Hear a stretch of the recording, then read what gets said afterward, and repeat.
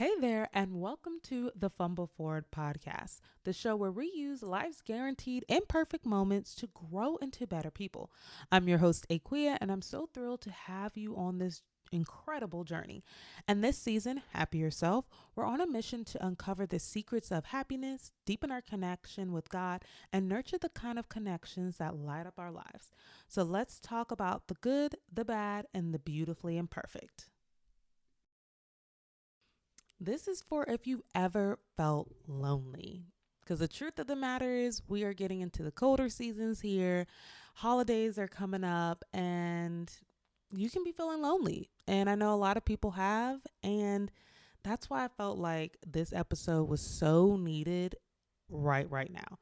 And really, it's about how American culture is breeding grounds for loneliness. And I really do believe that as the culture is right now. So I'm going to be telling y'all what I think the American culture is and what I've been doing to combat loneliness in my life. And that this is not any necessarily like science based thing. I'm not doctor or anything like that, but this is just what I've been doing that has really been working for me, that I've been honing in over the last few years to just get me through because ain't nobody trying to get stuck in the whirlwind that is loneliness. Because the truth is, I think, well, I'm about to get into it. All right, so what is American culture? Now, I want to preface with the fact that American culture has a lot of great components in it, like the ability to grow, see your dreams come true, all the things.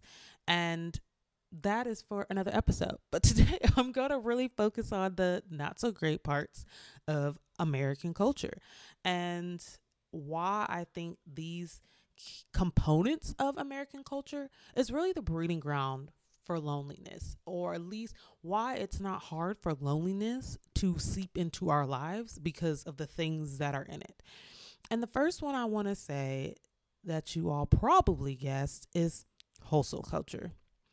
Hustle culture is such a big part of American culture, which is connected to the capitalism and the working, all that things. And I say hustle culture is contributing to loneliness, I believe, because it removes you from the things you care about and it gets you to focus on a specific aspect. And usually, when you're hustling, you're focusing on work. And that's the next one I have up that's a part of American culture is work is such a huge part and identity of American culture, of Americans, and people can really wrap their identity in work. And that can be problematic, as you can imagine, because the reality is life is more than work. It just is, right? You have your family, your friends, your hobbies, things you've been called to do, etc. Another part of American culture is this idea of like no breaks, this idea of you can sleep when you're dead kind of foolishness. Yeah, that is rampant in American culture. And the part that really just adds to loneliness is that it makes you irritable. You're not your best self when you don't rest. I've been telling myself if God had a rest, who am I? I'll leave it at that. The next one that's a huge one is American culture is very individualistic. It's all about me, what I want, where I want to be, where I want to go, etc. And when you have such a high focus on yourself and not a focus on how can you serve others, it just tends to not work in our favor. It tends to make it very easy to get in the mindset of, okay, everything that's happening is about me. It's circled around me. And loneliness can be very inner focused. And if you have a individualistic culture and then you have loneliness, which is really focused on you and your perception of how you feel, you can see how this creates a very much healthy ground for you to get into a cycle. And then another part of American culture is the nuclear family. And what I mean by the nuclear family is you have parents, mom and dad, you may have a single mom, you may have a guardian raising some kids, and that's like it. There's no grandma, There's no auntie, there's no cousin, there's no step half cousin, there's no family friend that's living in a home. And that is very different from many, many cultures like African culture, Hispanic culture, Asian culture, pretty much all other cultures, it seems, has at least that component to it. And the part about that I think really contributes to loneliness just being easier to come by, for lack of better words, is that you create this space where you don't involve people in your business, in your problems, and your wins. No one can take care of your kid like you can. You don't just open your home to anyone, because I'm going to be real with y'all, okay? I grew up with parents from Ghana, West Africa, and we always had somebody up in our house on the regular. Okay, I've been kicked out of my room because we've had guests. And so that was a culture I had. Like, it was very welcoming. People were able to come to our home. And I just have experienced most American homes that I've been into or heard of. That is not the case. Ain't nobody just coming through the house. Right. And the one of the cultures, I would say, I think this is definitely more of like a personal take on American culture, but I do see this like very kind of envious tint or hint in American culture where people are just really mad when someone has more than them. They're really mad when someone has more to them. People look kind of, their nose up if people are spending money on this, they're doing that, and just very much hating on people, like as if somehow them having something means they can't. It's a very, very odd thing. But those are some of the aspects of American culture that I believe really contribute to loneliness being so easy to experience in this day and age. The hustling, the work focus, the no breaks, in being individualistic, the nuclear family, and envy. Those are breeding grounds. And I think they're all things that can be changed and made for the better if that's what we want. And really, it can be hard to go against the grain. It can be hard to go against what's set. But y'all, I learned real quick that that is not the way for me, because I do not want loneliness to be a part of my story on the reg. Like, mm-mm. So I'm sharing with you all my 7 ways that I combat loneliness. I kick it to the curb. I squash that thing. Okay, because that's not my story. Mm-mm-mm-mm. So first up, I have spend time with loved ones. I'm talking about your husband, wife, your sisters, brothers, friends, co-workers, whoever. Spend time with them in person. I want to emphasize, spend time with them in person. Be able to hug them, touch them, laugh, look into their eyes, all the things. So, so, so huge. 2, attending church, being in community, attending an organization where we have shared goals and shared values, physically being around a bunch of people at church, hearing everyone praise, everyone exchange conversation. It's really hard for me, at least, to feel lonely with that, because with other believers. I'm with people with a shared purpose and a goal. It feels good. You know what I'm saying? And then 3, send text messages and voice notes to people I miss. So this one is really about, if I think about someone, send them a text. That's really the mantra with that one. And I've been really leaning into voice notes because my girl Kat got me on them. And I was like, these are amazing. So if someone has iPhone, I'm like, voice message, hi. And something about hearing the audio of someone really does make you feel closer to them. So really leaning into that. The moment I miss someone, text them, send them a voice note, something. Number 4 is serve in community. When you are taking the focus off yourself and putting it onto others, there's no room for you to think about your loneliness, right? You can only think about how amazing it is that you get to help somebody in their day. You get to better the world. And so serving in community is huge. I serve at my church with the little kiddos. I've been a mentor with Big Brothers Big Sisters.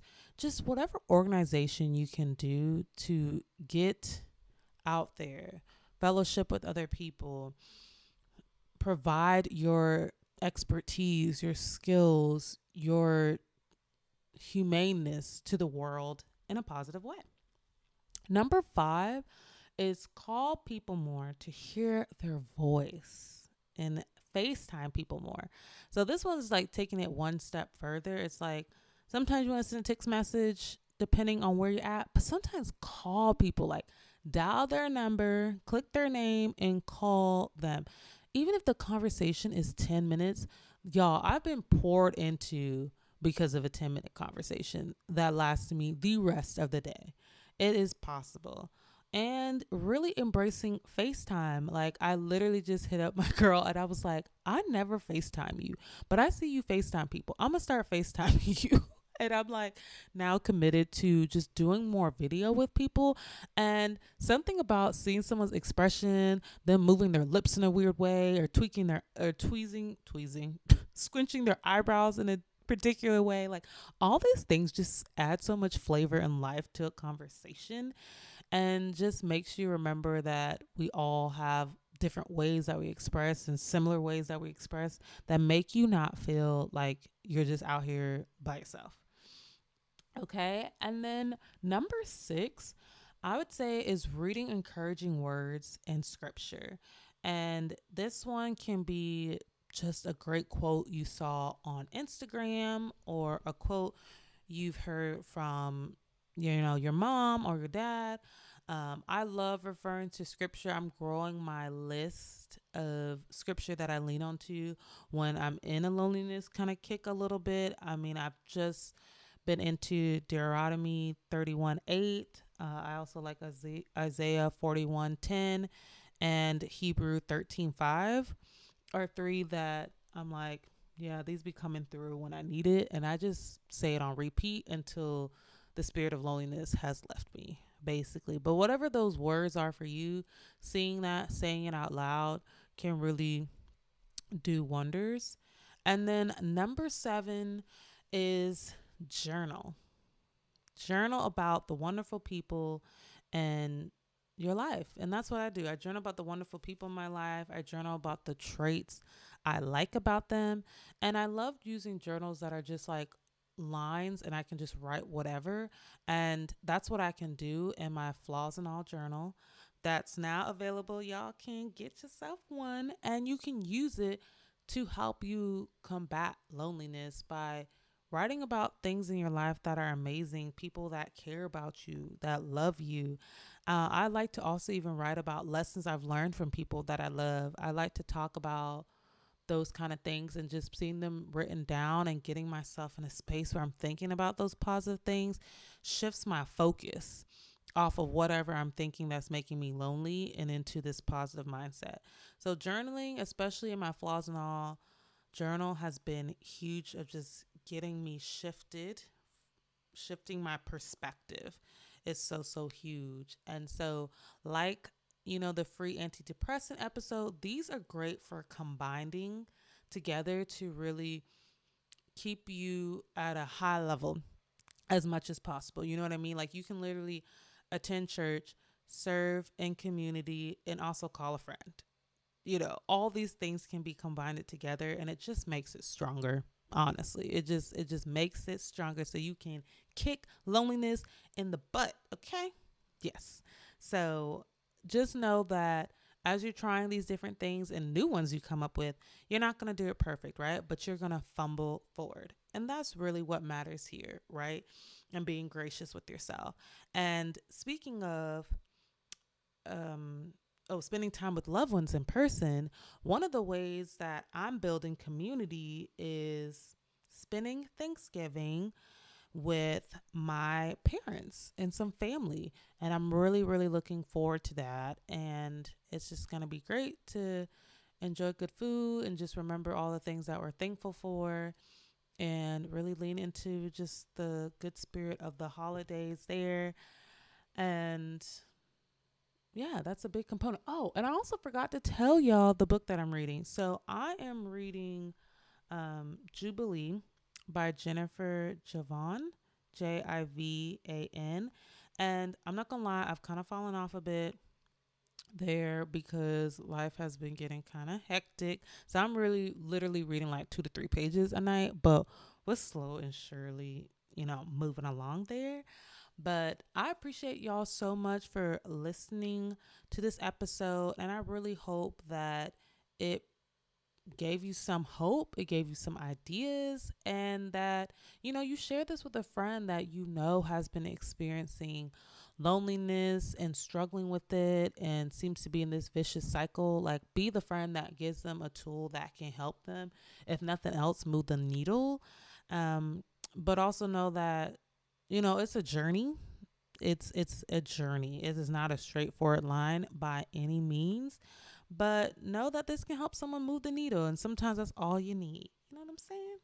So also don't forget to subscribe to this podcast, and remember, you are loved and you are never truly alone. All right. Until next time.